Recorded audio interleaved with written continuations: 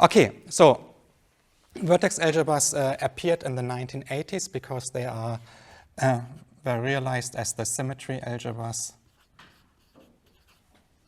of two-dimensional conformal field theories.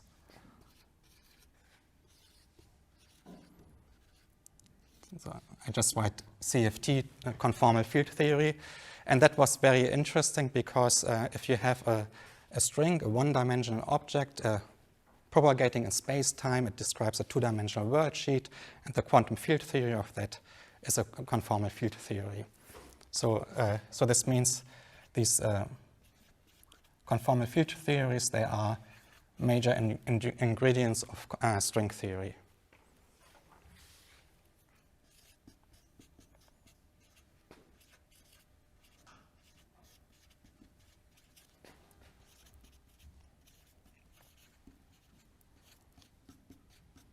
So this means vertex algebras are intimately connected with physics, and well, we don't really want to do physics here.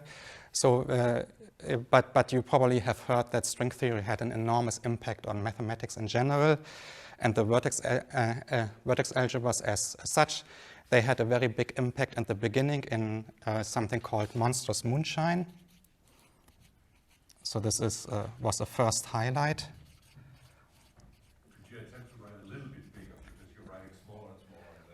Yeah, right. I will. Yes. So this is a relation between the largest sporadic simple group and certain automorphic forms, which are called Hauptmoduls for certain groups called genus zero subgroups.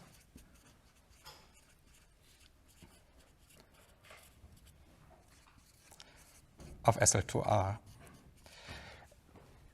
And things like this, mathematicians like, right? Because it gives somehow a relation between, well, finite groups and automorphic forms, very different areas of mathematics.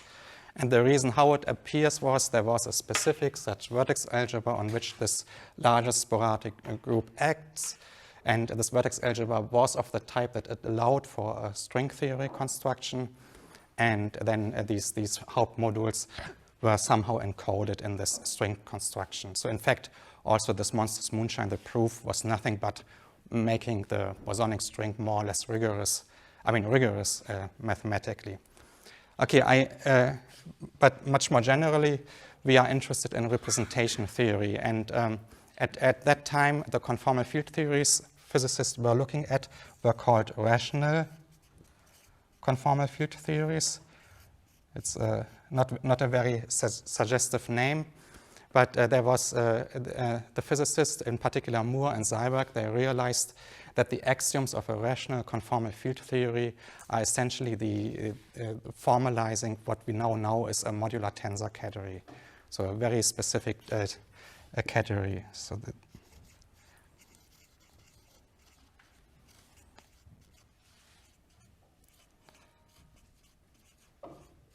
and this tells us what vertex algebras want to be useful for their representation theories. They want to be interesting representation categories. So modular tensor category means it's a category on which we have a tensor product.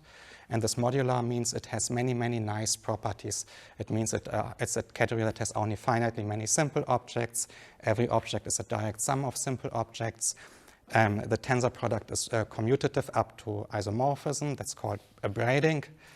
And then there's a modular refers to a certain non-degeneracy condition that implies that there is a modular group action on objects.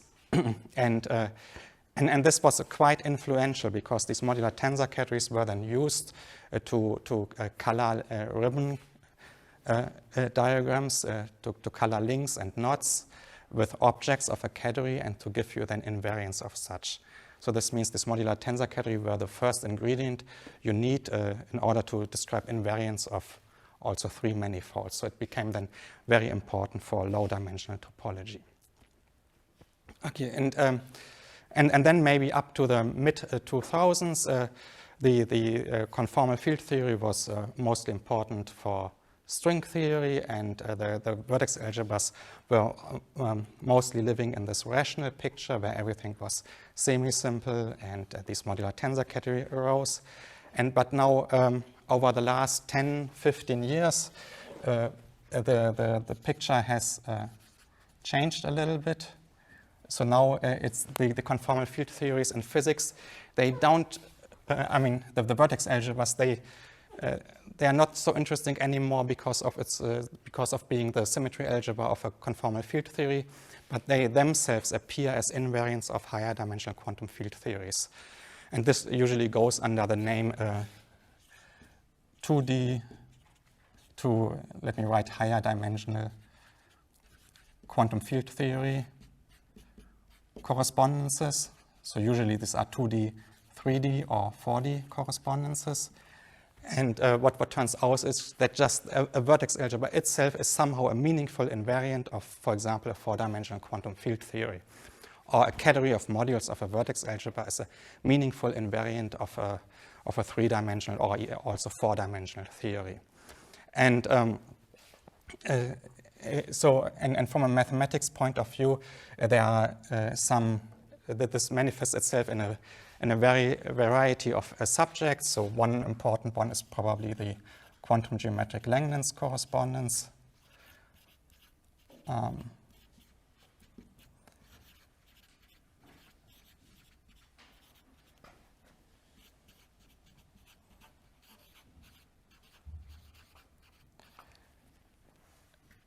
And another one is the action of vertex algebras of on moduli spaces of certain sheaves.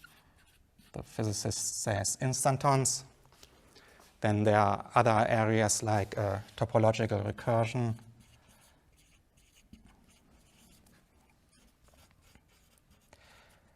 And in general, the corresponding conformal field theories are now not called rational anymore, but logarithmic.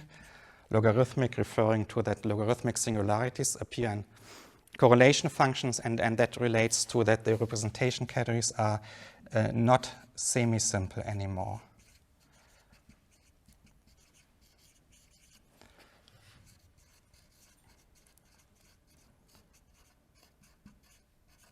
And that's the big difference between the historical use of vertex algebras. They always appeared in very, very nice semi-simple categories, and now the conformal field theories, the vertex algebras appearing modernly,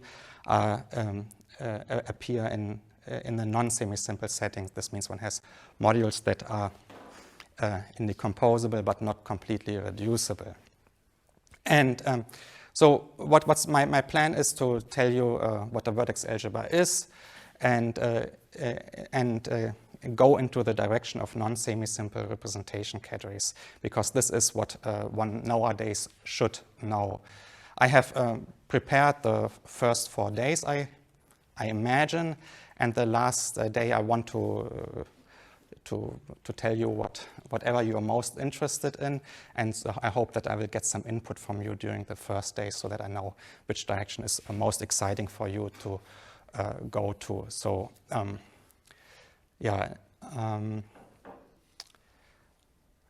any questions for the moment? So, excuse me. Yes? So I just want to remind you, could you write the words bigger? Yeah, I will try to write bigger. It's absolutely. Okay, so what do we want to do is, probably I should here also write representation theory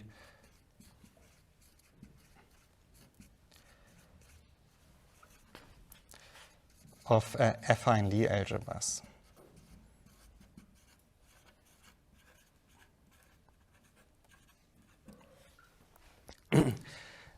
Now, if you know quantum mechanics is interested in harmonic analysis, spaces of functions, and a conformal field. So, for example, we know that the space of functions on a compact Lie group is is the direct sum.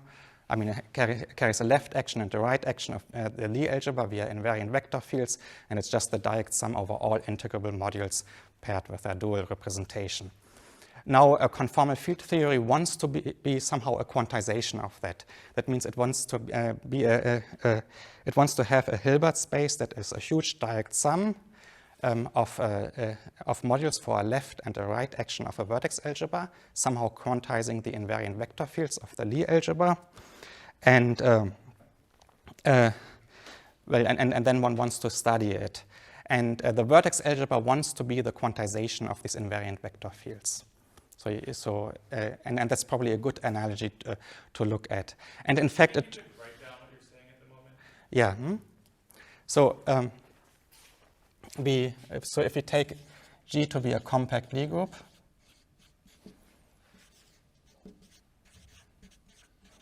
then we know that the space of the square integral function on the compact Lie group is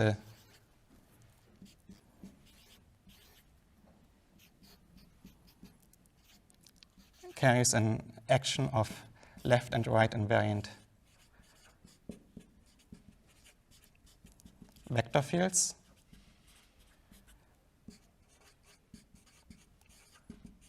This means it carries an action of two copies of the Lie algebra of G. And you should think about, so functions on a Lie group is a quantum mechanical problem, and a conformal field theory wants to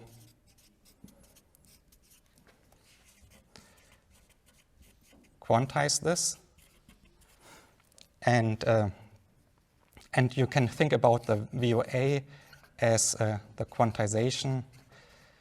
I'm not sure whether, let me put this into quotation marks, as the quantization of the invariant vector fields.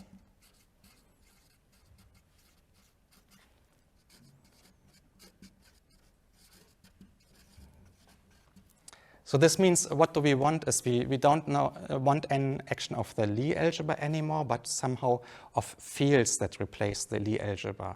So what this means, we want to have some kind of functions that have something to do with the Lie algebra and act on an interesting space of physical states, which then would be a representation of the vertex algebra. So, and I will now. So this is the motivation, and now it turns out that vertex algebras are intimately connected to Lie theory, affine Lie theory of infinite dimensional Lie algebras. And in fact, it turns out that there is no known vertex algebra that is not coming from Lie theory. There are conjectures that there are such vertex algebras, but they haven't been found yet. So I will probably spend the rest of this lecture at least on some basic Lie theory. And the aim is that via this we come very natural to the notion of a field, some kind of operator-valued function that motivates the introduction of a vertex algebra.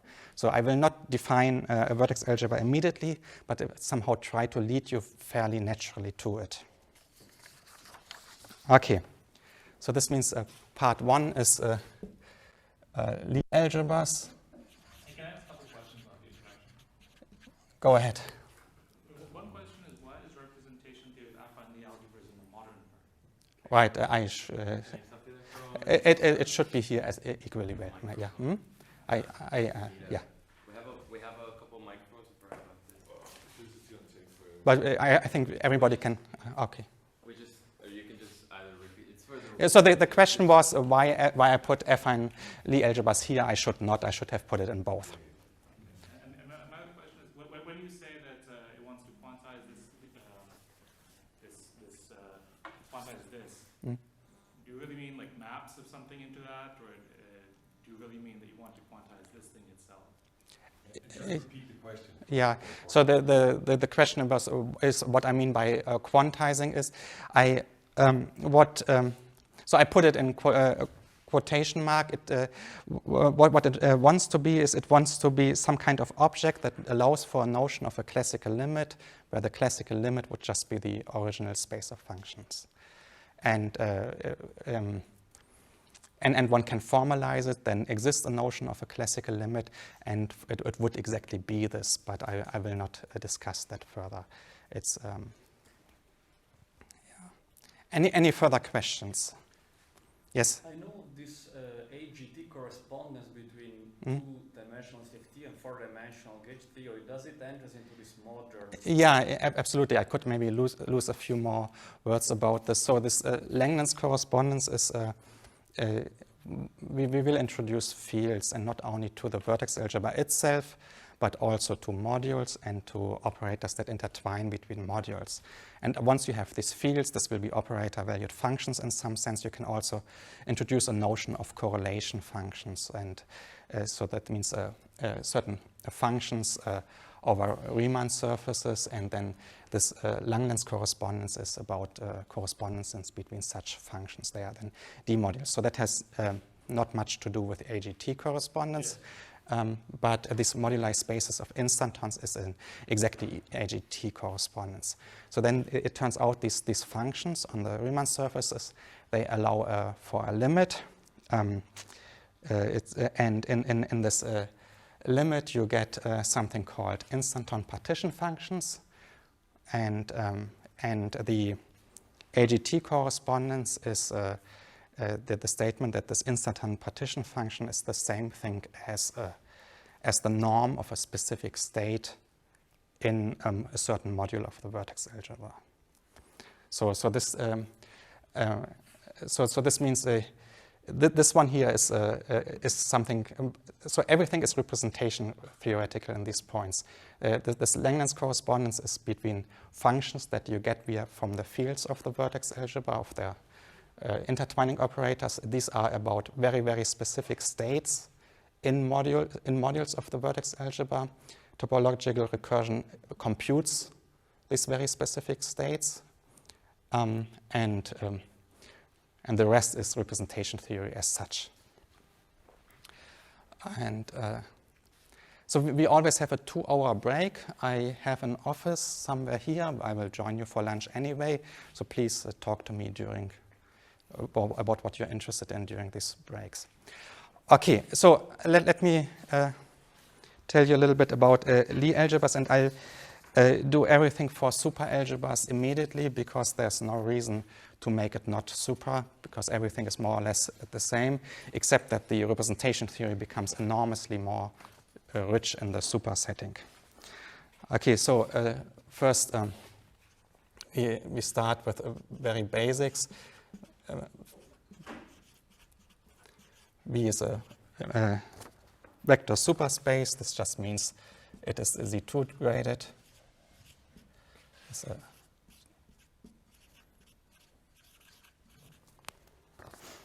just a Z2 graded vector space.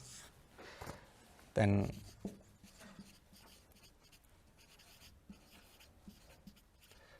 a super algebra is a Z2 graded vector space.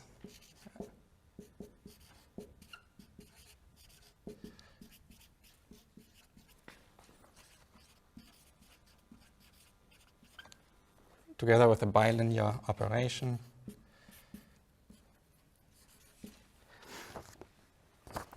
Which has the property that it respects the grading.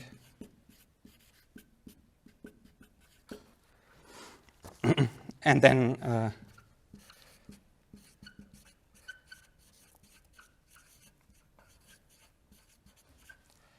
Lie superalgebra as a superalgebra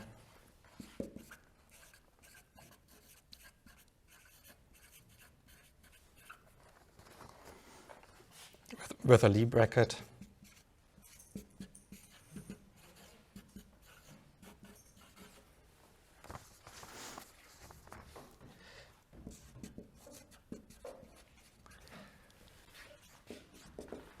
Such that it is anti-supersymmetric. So for a Lie algebra, you would just write that the commutator of AB is equal to minus the commutator of a BA, and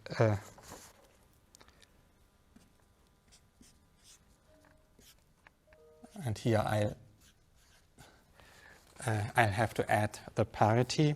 So where we write the parity of an element to be either 0 or 1, depending on whether it's an even or an odd element. And then one has a Jacobi identity.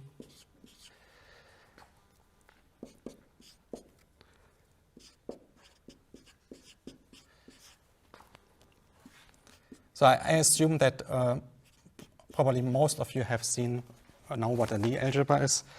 And so a Lie algebra is just if the G1 vanishes, if it's just coming from an ordinary algebra. And for a Lie superalgebra, things are quite similar, just that one has to add at appropriate places additional signs. It's this will persist for most of what we discussed, that we will just have to add at certain places in additional signs. Okay, now how do you construct a Lie algebra? Who can give me an example of a Lie algebra? I think everybody can, right? So what you do, you take an associative algebra and then you define the Lie bracket by just the commutator, right? You know this from linear algebra. You take matrices, right, and then you can the matrix multiplication gives you an associative algebra structure, and you then get a Lie algebra on it by defining the bracket to be a times b minus b times a. The same thing you can do for any associative superalgebra. So that gives you examples, and that's also how you should think about it.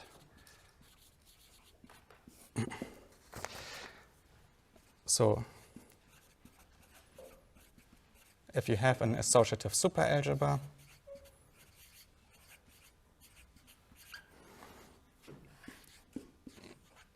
then, yes?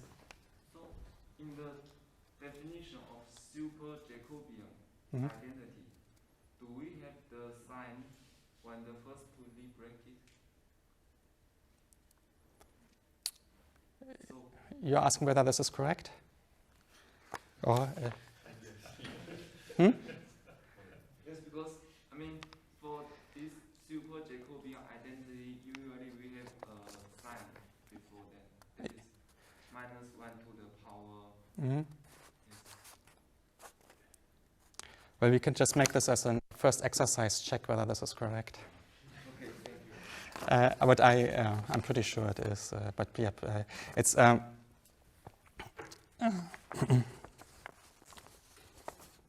yeah. Right. So you the best way to check it, you exactly do what I do here in the example. You take an associative superalgebra, right, and then you define the bracket via exactly the way I. So then you can define a bracket by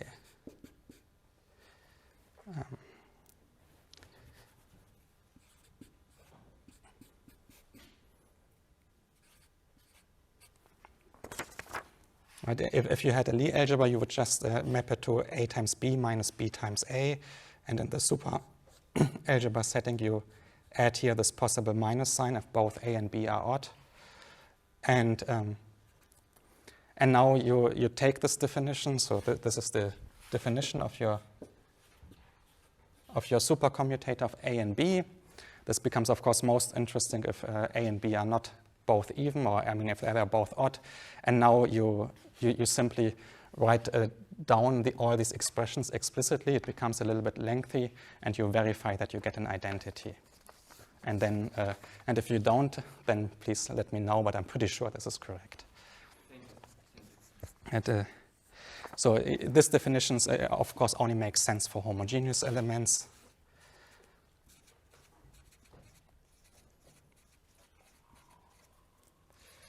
So homogeneous always means a and b are either even or odd, but not mixed, and then extend by linearity.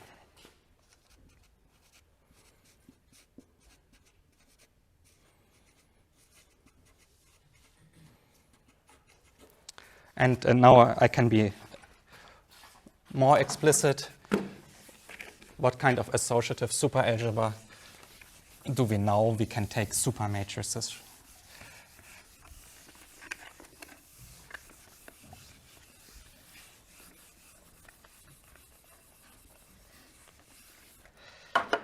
And what does a supermatrices mean? We just look at this definition, right? We want a superalgebra, so all we want to have is if we take the product of an even with an even, it has to be even, an odd with an even has to be odd, and odd with odd has to be even again. That's all we want. So if you write it down in terms of matrices, what you do is you write down a big matrix, you divide it into blocks, and you see, of course, the product of diagonal blocks will again be a diagonal one.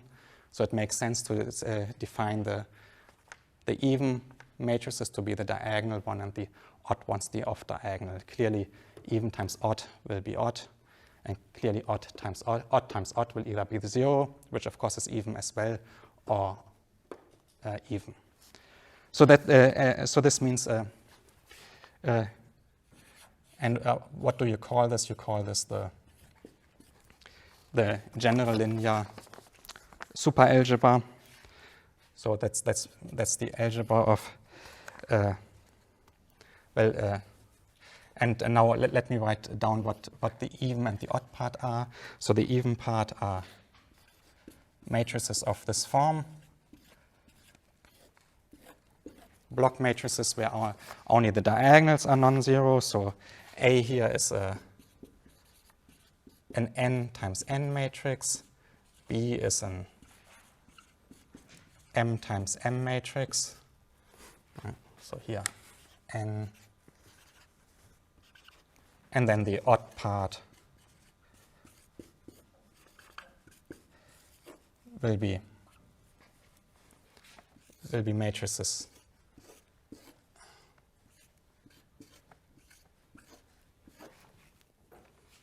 where the diagonal blocks are 0.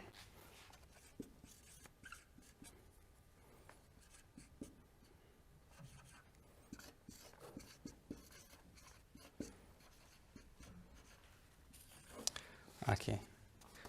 So you all know about a Lie algebra. You think about it in terms of matrices. You know the general Lie algebra of matrices of n by n matrix. You know the special linear Lie algebra. You don't know the orthogonal one, the symplectic one, maybe the exceptional ones. We are less familiar with, but yeah.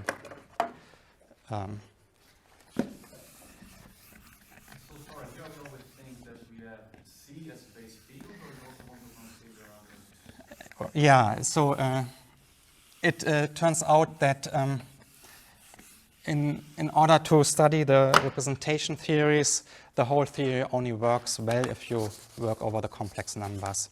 So this means so our field in this lecture will almost always be just the complex numbers. The vertex algebra, the definition makes sense over any commutative ring. So that's all you need. But there are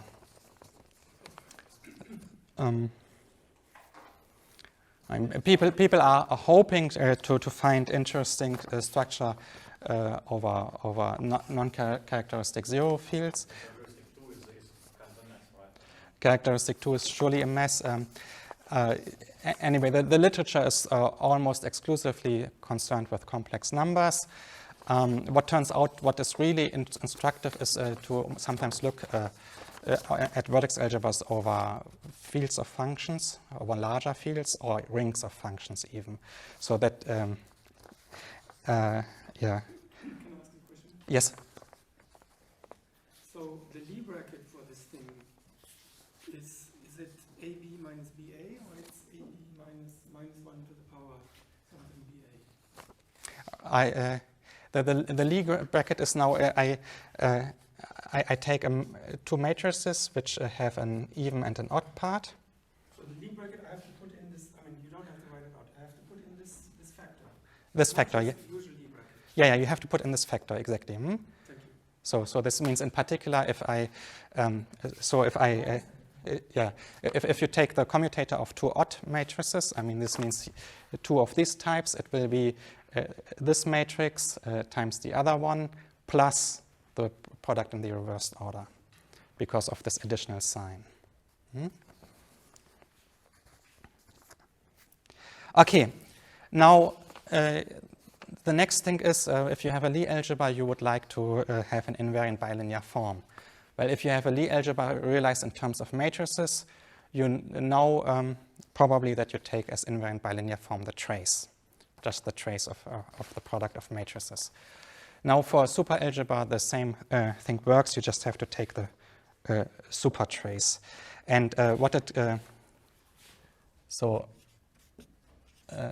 so we define the super trace of a matrix.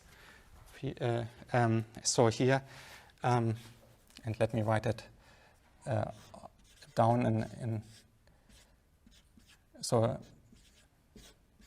we define it to be the trace of the upper diagonal block minus the trace of the lower block. Naively, one would expect one could just take the trace of a supermatrix. It would not define you a good bilinear form. Namely, so what does good mean? So in general, let G be a super algebra. Then we would like to have a bilinear form. So I will not mention that. I will always work over C.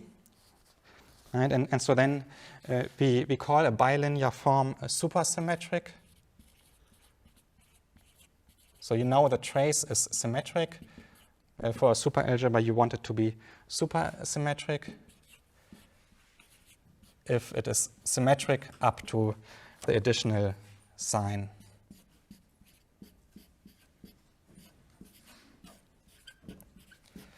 Am I now writing large enough? I think your marker is too light. Maybe they have a better marker. Yeah, I think it's just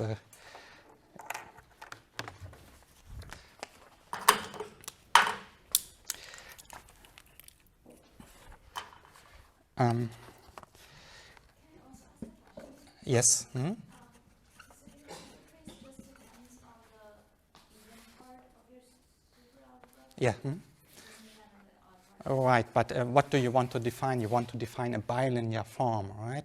And so now you see, if I take this one, an even element times an even element is even, so the trace of two even elements can be non-zero, and odd times odd is even, so the trace of two odd elements can be non-zero. But the trace of an even with an odd one cannot be zero, cannot be non-zero. And you want a bilinear form on a super algebra to have three properties. You want it to be symmetric up to the sign. You want it to be invariant. That means you want it to respect the commutator in the following sense that you have you take the commutator of two elements with a third one. Then you want to be able to move the commutator over. So for any three elements, and again for the trace of a Lie algebra, it's not hard to check this property explicitly. It's a quick computation. It just follows from cyclicity of the trace, and also for the super trace, it's again quite quick to check that this holds. And then the third property you want is you want it to be consistent, and consistent is exactly what you just asked. Namely, you want it to vanish if one of them is even and the other one is odd. You don't want to have a pairing between even and odd elements.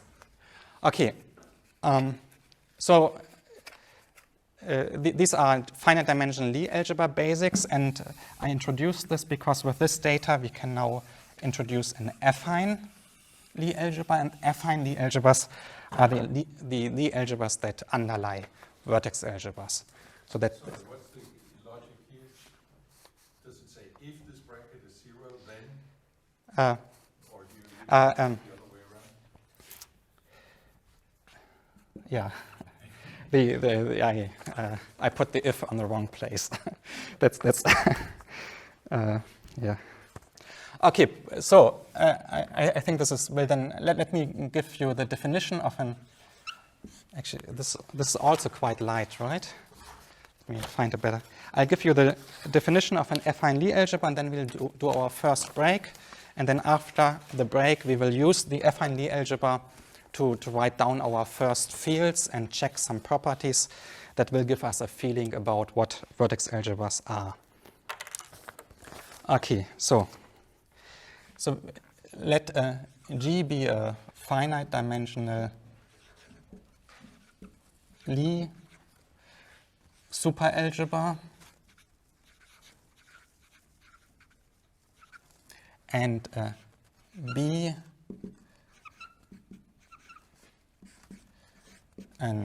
a bilinear form,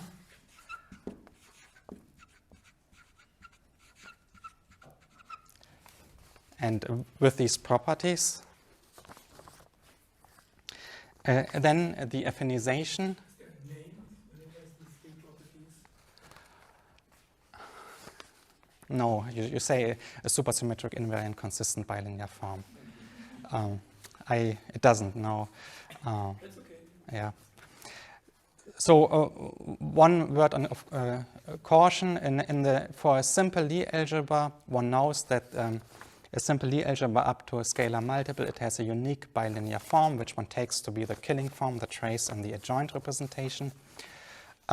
For Lie superalgebras, if you have a simple Lie superalgebra, then it sometimes doesn't have a bilinear form, a non-zero bilinear form, but there are the ones called basic, which behave mostly like the finite dimensional one, and the basic Lie superalgebras, they still have the property, if they are simple, they have a unique such bilinear form with these three properties.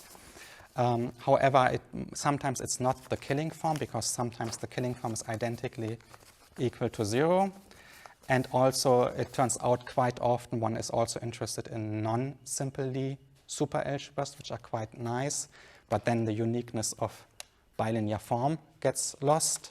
So that's just one word of caution. Here, for example, if you take n equals to m, GL n/n is a very, very nice Lie superalgebra. It has an ideal, the identity matrix, and so it's in fact not a simple Lie algebra. Anyway, That's only true for regular GL. there's already, yeah, but then it's just a direct sum of two simple ones. I mean, it's a simple and a reductive one. Yeah, absolutely, but for the superalgebra.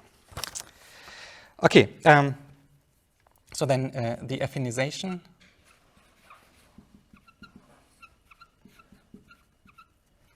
We write G hat of G is,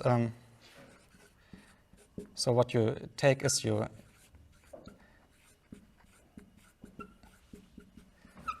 take a formal, yeah,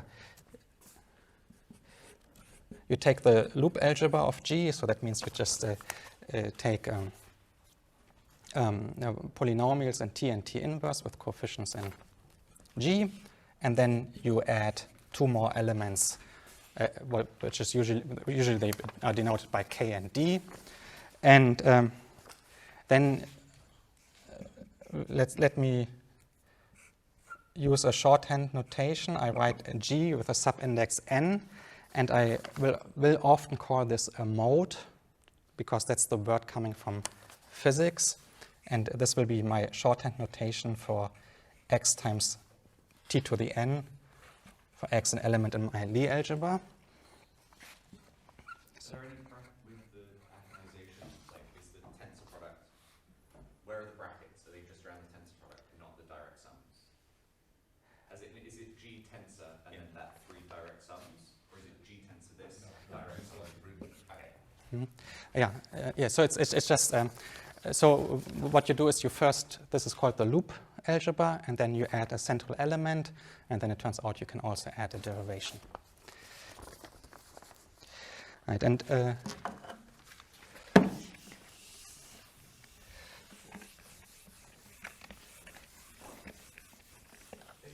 said out loud what names of this K and D are, but maybe you should write them. yes.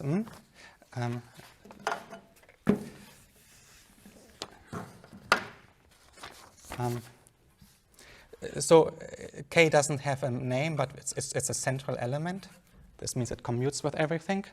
And D is a derivation. They gain a special name once we go to the vertex algebra, but not here yet. So, and now we take the commutator of two elements of this type is just the commutator of the element x and y, and these indices, the mode indices, they just add. But now, what else do we get? Now we get an additional term if n plus m is equal to 0, and it comes with multiplicity, this central element, and it only appears if x and y have a non-trivial pairing. So, k is central, so that means k commutes with anything. I don't have to write that down, and d acts as a derivative, so it means it acts as n times x to the n, so you think about as d as the operator t derivative with respect to t. Okay, so this is the affine Lie algebra, and maybe we will now make a break, but we'll come to fields in the next lecture, because now what can I write here? I have these elements xn, and so I can sum over all of them. Well, that's of course not the best thing to do, but now I can make them into functions, into formal power series, if I add a variable. And so this means these affine Lie algebras, they allow us to very naturally write down what we will call fields. Just these things. This will be our first example of a field. Well, a field wants to act on something. So before we study this, we have to introduce on what an affine Lie algebra acts, of course, on modules of it. So this is what I will now then introduce in 10 minutes or 15 minutes. And then we will study this further. I think I got lost a little bit. So, did we define a bilinear form, or did we say that it just exists? Like, Did they what? Does the bilinear form depend on the trace? I feel like it got lost in like whether we defined it. Yeah, no, it's a property. So this means, in particular, the affine Lie algebra, I should give it an extra index b if the bilinear form is not unique or there's no standard convention attached to it. It might also not exist. So, the affine Lie algebra is defined for a Lie algebra, and by Lie algebra I always mean super algebra, together with a bilinear form, if exists, and then we fix it. So, to give an example of the subtlety, take GL n/n, where n and so if n and m are not equal, you'll find that then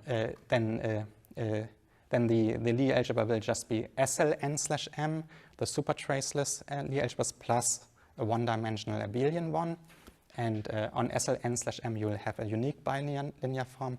But if you take them both equal, then GL n/n will have two. The space of bilinear forms will be two-dimensional, and you'll have to fix one. Good. Okay, let's have a break. And I think it's smart to start at 1:15 so we don't get to lunch too late. Yeah, I think so. I now went a little bit over time because I also started late. Sorry.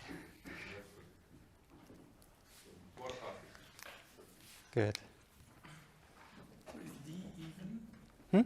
Is D even? Yeah, and D is even. Yeah, and they are both even here.